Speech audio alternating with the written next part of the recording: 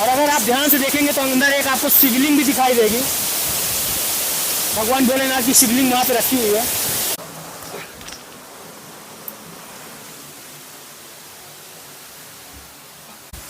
बाहर की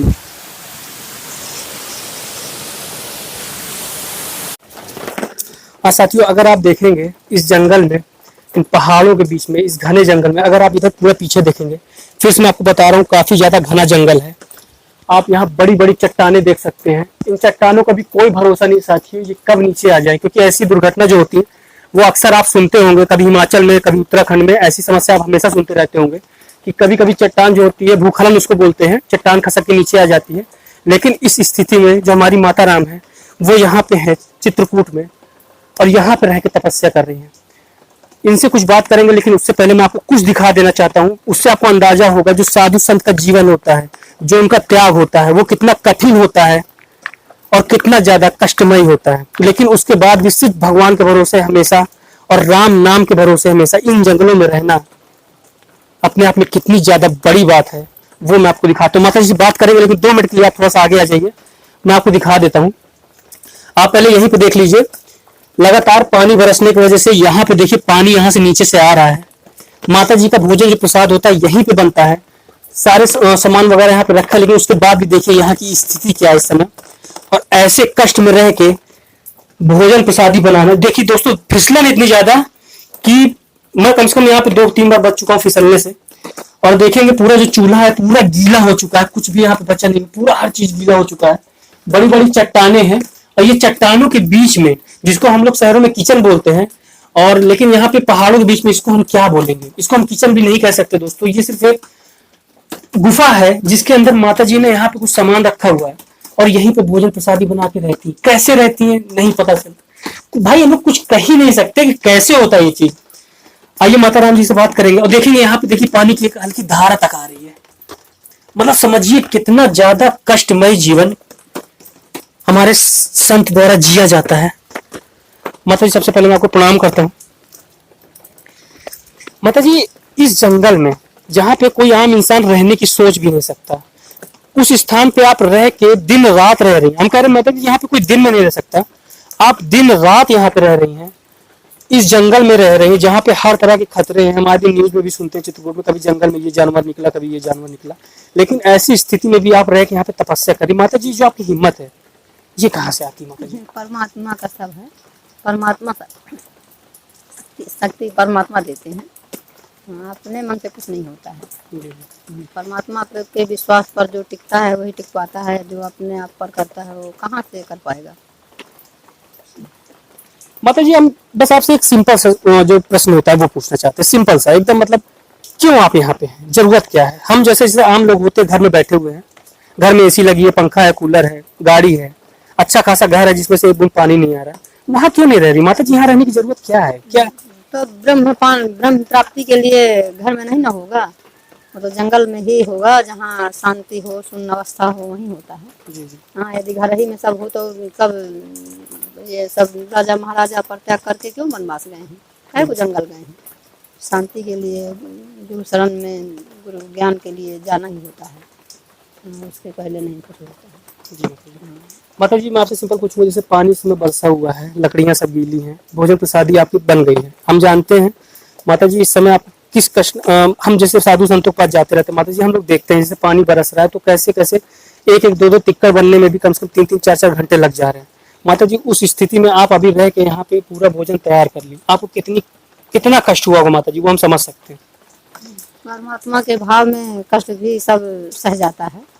हाँ, अपने बस का कुछ नहीं होता है, सब शक्ति करवाती है। और साथियों, मैं एक चीज़ और बता देना चाहता हूँ, माता जी यहाँ पे रहती हैं, हमारे बड़े गुरुदेव आगे हैं, वो ज़्यादा बोलते नहीं, उनके मैं आपको सिर्फ थोड़ा सा दर्शन कराऊंगा, कोशिश करूंगा थोड़ा सा कुछ बोले। दोस्तों, उनके पास सिद्धियां हैं, वो अपनी जगह पे बैठे बैठे संसार में कहाँ पे क्या हो रहा है हर चीज जान सकते हैं।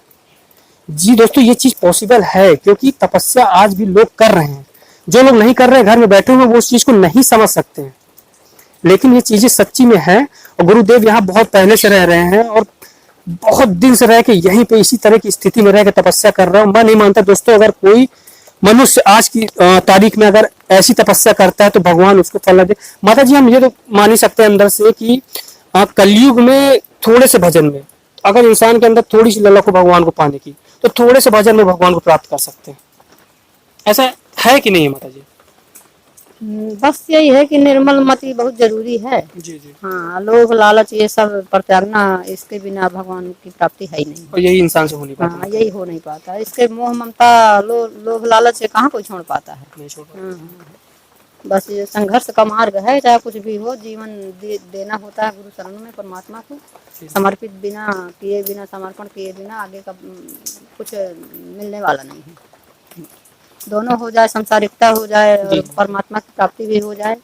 परमात्मा की प्राप्ति किस लिए? इसलिए कि जगत कल्याण कर सके, जगत का दुख देख करके अपना दुख मान ले, उसके दुख का निवारण करे। दुख में पड़ा है संसार, झोपड़ी में सो रहा है, बाढ़ में बह रहा है, पांव पसारे घर में सो रहे हैं, पंखा टीवी कूलर देख रहे हैं, वो जीवन नहीं है। सही बात नहीं, जो औरों के काम ना आए तो वो जीवन पे मिला ही किस लिए? एकदम सही बात है। क्या मतलब है फिर जीने का? कोई मतलब नहीं है। पशु पक्षी भी तो जी लेते हैं।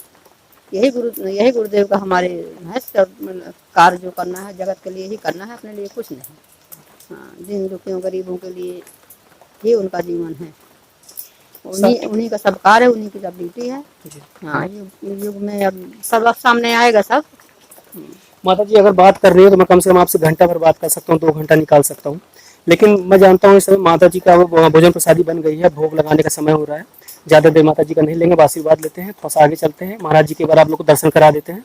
माता जी आशीर्वाद दीजिएगा, हमारे जितने भी भक्त देख रहे हैं उनको भी आशीर्वाद दीजिएगा, ठीक है। और साथियों मैं आपसे फिर बता देना चाहता हूँ, यहाँ पे हैं हम लोग, माता जी हैं, अगर आप लोग माता जी की कोई भी सहायता करना चाहते हैं तो हमारे माध्यम से आप कभी भी कर सकते हैं, माता जी तक वो चीज़ पहुँचा दी जाएगी, ठीक है। धन्यवाद आपका। आप कुछ देर में आपको महाराज जी के दर्शन कराते हैं, बस माता जी से आगे रहते, माता जी से। साथियों माता जी के हमने आपको दर्शन करा दिए हैं, माता जी की रसोई थी उसके भी आपको दर्शन करा दिए। अब चलते हैं आगे की ओर और महाराज जी के बार आपको दर्शन करा देते हैं। यहाँ पे भी आप देखिए कैसी कैसी चट्टाने हैं, इनका कोई भरोसा नहीं है, और बारिश में तो बिल्कुल भी भरोसा नहीं है कब यहाँ से भूखलन हो जाए और सारी चट्टाने नीचे आ जाए। मतलब ये देखिए इतनी बड़ी बड़ी चट्टाने हैं, इनके बीच में रहती है हमारी माता जी। ये देखिए यहाँ पे लकड़ियाँ रखी हुई हैं पानी से बचाने के लिए, मतलब कोई व्यवस्था नहीं है, खाली पानी से बचाने के लिए इन पहाड़ों के बीच में रख दिए हैं। अब क्या पता अभी थोड़ा देर में यहीं से पानी आ जाए, कोई भरोसा नहीं है।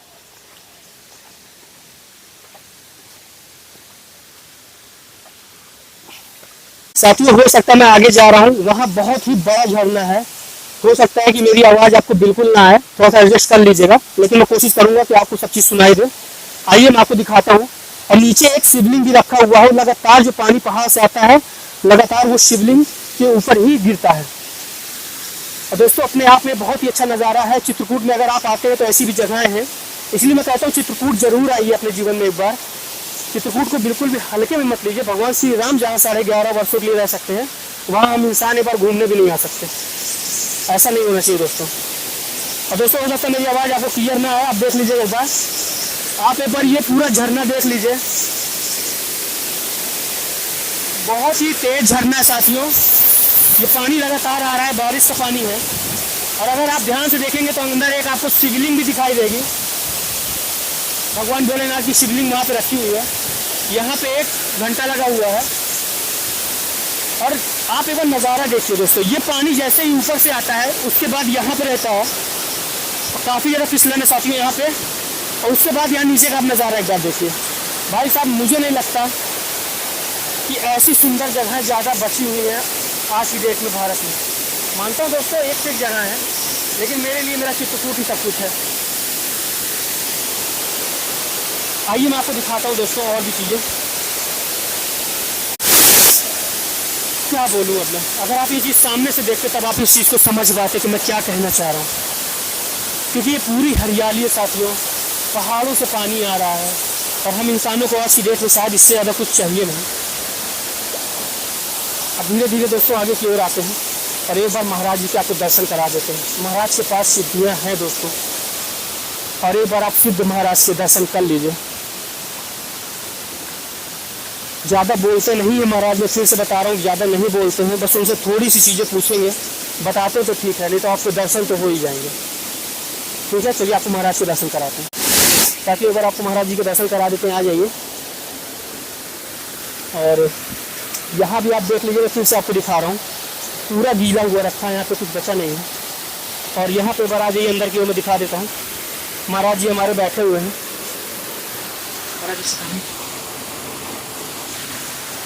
महाराज जी हम देख रहे हैं यहाँ पे काफ़ी ज़्यादा पानी है, काफ़ी समस्याएं हैं। महाराज जी तपस्या करने की क्या ज़रूरत है? आप भी तो घर में बैठ सकते हैं आराम से। घर में बैठने से नहीं ना जो है बात बनती है।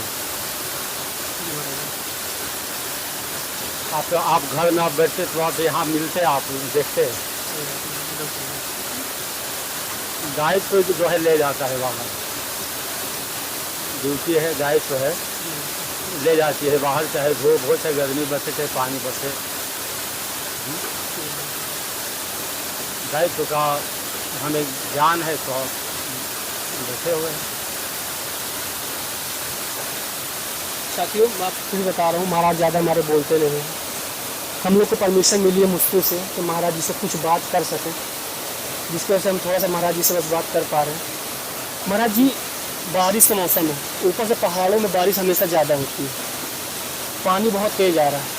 तो फिर आपसे पूछ रहा हूँ महाराज तकलीफ़ यहाँ पे क्या क्या होती है? दूसरी बात ये महाराज जी कि इन जंगलों में हर तरह के जानवर पाए जाते हैं, रात भर आप खुले में रहते हैं। कभी महाराज जी आपको डर लगा अंदर से? बाकी मैं जानता हूँ कि आपको डर नहीं लगा होगा, लेकिन ये प्रश्न मैं फिर भी पूछ रहा होगा महाराज जी से। सिद्ध महात्माओं को डर नाम की चीज़, उनके डिक्शनरी में जो डर ना होता है ना, वो नाम कुछ होता ही नहीं, उनके डिक्शनरी में नाम ही नहीं होता। लेकिन महाराज जी फिर से मैं आप पूछ रहा हूँ कि आपको कभी डर लगा? अब सिया राम में सब जग जानी है, हर में हरि है, तो फिर जो है डर क्या है? फिर हर में हरि है तो फिर डर क्या है? हरि से क्या डर है? जैसे मिले, जहाँ मिले, जिस रूप में मिले वो हरि है, डर नाम से चीज़। बस साथियों अब इससे ज़्यादा हम बात नहीं करेंगे, क्योंकि महाराज जी का साधना का भी समय हो रहा है। इससे ज़्यादा बात हम नहीं कर पाएंगे क्योंकि हमको ज़्यादा परमिशन नहीं है। महाराज जी अगर आप ये आ गया तो एक बार माता जी के दर्शन करा दीजिए। महाराज जी जिस गुफा में रह के माता जी की साधना करते हैं, भजन करते हैं, ये भी एक अपने आप में एक गुफा थी, और इस गुफा में रह के महाराज जी साधना भजन कर रहे हैं। और अभी देखेंगे माता जी का जो भोग है वो लग के अभी आ चुका है। और एक बार मैं कोशिश करूँगा कि अंदर जाऊँ और आपको दर्शन करा दूँ। जय माता रानी। साथियों आपको एक बार अंदर लेके चलता हूँ और दिखाता हूँ माता रानी की गुफा। मुझे बैग उतारना पड़ेगा साथियों, बैग लेके हम अंदर नहीं जा पाएंगे।